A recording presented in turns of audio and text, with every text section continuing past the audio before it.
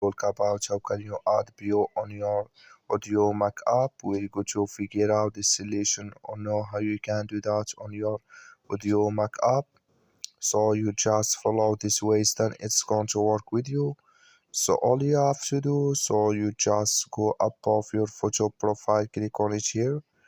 When you just click on it here, it's going to take you to this list here. So then all you have to do, so you just click here in this sign, click on it here. When you just click on it, so then you come to next step here. So then all you have to do, you just go down here, then you come here to view, just click here on view here. So then here add view. When you just add here your view and you go above save, click on it, and it's going to save with you. That's all you have to do. Thank you for watching. Don't forget to support us by liking.